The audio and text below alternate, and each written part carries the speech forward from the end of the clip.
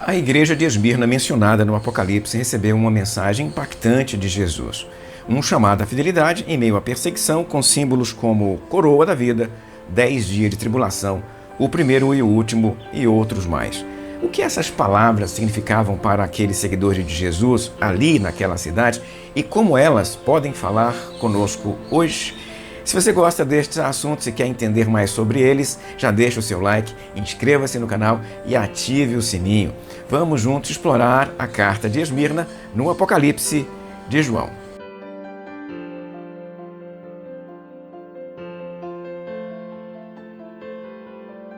Para começar, vamos ao texto bíblico. Vou projetar para você o texto em grego e uma sugestão de tradução. Depois eu vou explicar os principais símbolos do texto bíblico. E ao anjo da igreja que está em Esmirna, escreve: estas coisas diz o primeiro e o último, aquele que se tornou morto e reviveu.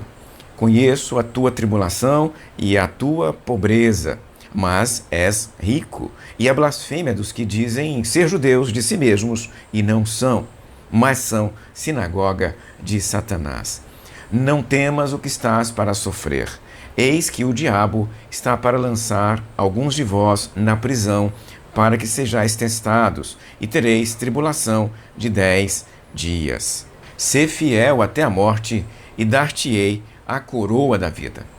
Aquele que tem ouvidos, ouça o que o Espírito diz às igrejas. O que vence, de modo nenhum, será prejudicado pela segunda morte.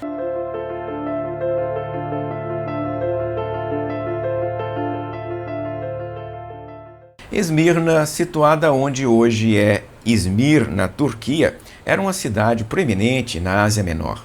Seus habitantes tinham grande orgulho de sua história e de serem associados a Homero, o famoso poeta grego.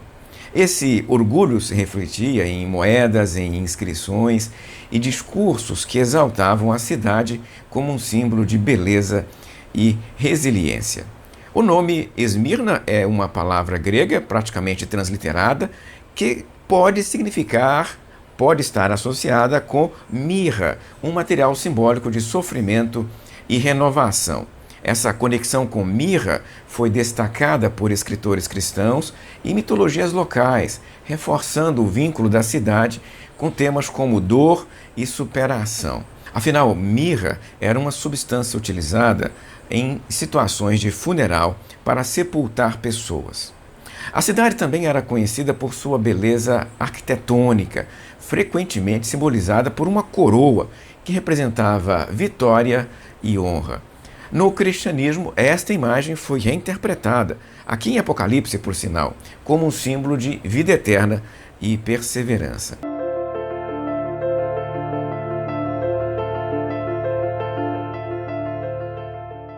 A expressão o primeiro e o último, utilizada em Apocalipse 2:8 para descrever Jesus Cristo, é carregada de significado teológico e simbólico, especialmente no contexto da mensagem dirigida à igreja de Esmirna. Essa frase é uma forma poderosa de enfatizar a soberania, a eternidade e o domínio de Jesus Cristo sobre todas as coisas, desde o início até o fim. Primeiramente, essa descrição ecoa o que Deus declara em Isaías 44:6. Eu sou o primeiro e eu sou o último. Além de mim, não há Deus. Assim, quando Cristo se apresenta como o primeiro e o último, ele reivindica explicitamente sua divindade, estabelecendo sua igualdade com Deus Pai. Essa afirmação era muito importante para os crentes de Esmirna, que enfrentavam pressões culturais e religiosas, tanto do judaísmo quanto do paganismo. Quando eles ouviram estas palavras, eles foram encorajados a se lembrar de que Jesus é eterno e soberano, superior a qualquer poder terreno ou espiritual. A expressão também sublinha o controle absoluto de Cristo sobre o curso da história e da existência de cada pessoa. Como aquele que é o primeiro, ele está presente desde a criação, o princípio de todas as coisas. Como aquele que é o último, ele será o ponto final e a conclusão de todas as coisas, aquele que vai julgar e restaurar o mundo. Para os cristãos de Esmirna, que viviam em uma situação de opressão, de perseguição e desconforto social, essa declaração era uma fonte de alívio. Ela reafirmava que, apesar das dificuldades que eles enfrentavam, Cristo permanecia no controle de toda a história e garantia para eles, ali naquele momento, o triunfo final do bem sobre o mal. Além disso, essa identificação com o primeiro e o último é reforçada pela frase que vem logo depois: aquele que esteve morto e tornou a viver. Cristo então destaca a sua vitória sobre a morte por meio da ressurreição. Para os crentes que enfrentavam a possibilidade do martírio, como era o caso ali da cidade de Esmirna, essa mensagem era muito importante. Cristo passou pelo sofrimento e pela morte, mas venceu, mostrando que a morte não é o fim para aqueles que são fiéis a Ele. Essa vitória é compartilhada com todos os crentes que podem enfrentar suas provações com a certeza de que a vida eterna os aguarda no fim. Essa descrição de Cristo também dialoga com a história da própria cidade de Esmirna, que havia experimentado destruição e renascimento. No século VIII a.C., ela foi destruída pelo rei Aliates da Líbia e ficou em ruínas por séculos. No entanto, no século III, Esmirna foi reconstruída sob a liderança de Antígono e Lisímaco, renascendo como uma cidade vibrante. Assim como Esmirna passou então por destruição e renascimento, Cristo passou pela morte e ressurgiu em glória. Essa conexão reforça a mensagem de renovação e esperança que a igreja de Esmirna precisa ouvir.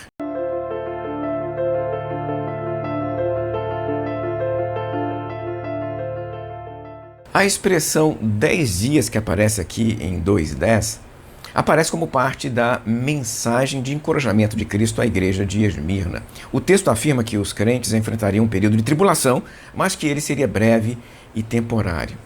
O significado desta expressão está cheio de referências e alusões também aos tempos e aos textos bíblicos. Na Bíblia, períodos de 10 dias são frequentemente usados como símbolos de um teste ou uma provação. Em Daniel 1:12, por exemplo, Daniel e seus amigos pedem para serem testados por 10 dias com uma dieta diferente da dos babilônicos, e ao final do período são encontrados mais saudáveis e fortes do que os demais. Esse episódio reflete a ideia de um tempo delimitado de prova que termina em um resultado positivo para os fiéis. No Apocalipse, então, os 10 dias podem simbolizar este período de teste imposto aos crentes de Esmirna, com a certeza de que ele terá um fim e que os que permanecerem fiéis serão recompensados. Como a cidade era profundamente envolvida com o culto imperial, ela tinha inclusive um templo ao imperador, isso colocava os cristãos sob constante pressão. Recusar-se a participar deste culto era considerado uma afronta ao Estado romano e muitas vezes levava a perseguições, prisões e até martírios. Neste sentido, a menção aqui aos 10 dias pode ser também uma referência a um período específico de perseguição, como um festival dedicado ao culto imperial ou um outro evento público que duraria 10 dias e colocaria os cristãos em evidência e em situação de risco. Nestes contextos, os crentes seriam denunciados, julgados e até punidos por se recusarem a adorar o imperador. De qualquer forma, a expressão simboliza o caráter transitório das dificuldades e das tribulações enfrentadas pelos crentes. Por quê? Porque só duraria 10 dias, em comparação com a eternidade, que nunca vai acabar.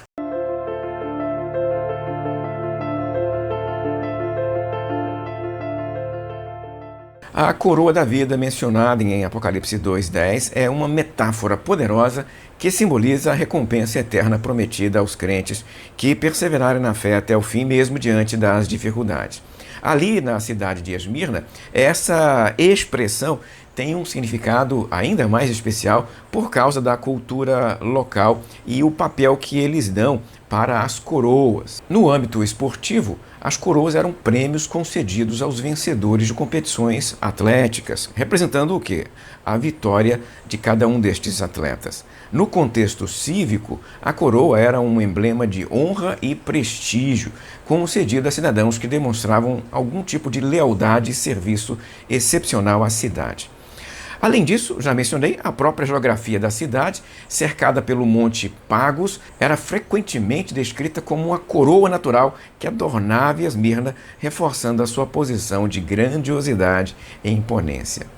Para os crentes de Esmirna, porém, a coroa da vida transcende todos estes significados terrenos. Estas coroas todas são transitórias e são passageiras. Mais do que um prêmio físico ou um reconhecimento social, a coroa da vida representa a vida eterna e a vitória celestial que Cristo promete aos crentes. Todas as recompensas cívicas e culturais ali da cidade eram passageiras, mas a coroa da vida será eterna.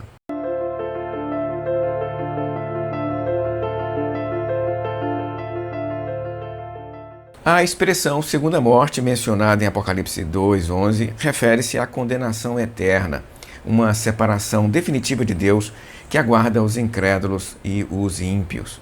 Essa ideia é distinta da primeira morte, que corresponde à morte física, inevitável para todos os seres humanos. No livro do Apocalipse, a segunda morte é associada ao lago de fogo, simbolizando o julgamento final daqueles que rejeitaram a salvação que Jesus Cristo oferece. O lago de fogo aparece no capítulo 20, versículos 14 e 15, e no capítulo 21, versículo 8 do Apocalipse de João. Para os crentes da cidade de Esmirna, a promessa de que o vencedor não sofreria dano da segunda morte era especialmente importante. Enfrentando então ali as perseguições, a possibilidade de prisão e até de morte, eles olhavam para frente e percebiam que aquilo era pequeno diante da eternidade. A garantia de que mesmo após a morte física, eles estariam protegidos da condenação eterna oferecia para eles conforto e esperança. Espiritualmente, a segunda morte destaca a seriedade do julgamento de Deus, mas também sublinha a garantia de vida eterna aos que permanecerem fiéis. Assim, a carta enfatiza que a fidelidade a Cristo, mesmo diante do sofrimento e da morte, seria recompensada com a vida eterna e a salvação no julgamento final. Se você gostou desse vídeo, já se inscreva no canal, ative o sininho, compartilhe com mais pessoas que também se interessam por esse tema. Se deseja estudar comigo, eu tenho alguns cursos disponíveis para você. O link está aparecendo abaixo na descrição deste vídeo. E se você gosta de leitura, não deixe de conferir os meus livros sobre estes assuntos. Os links também estão na descrição. Até a próxima, se Deus quiser.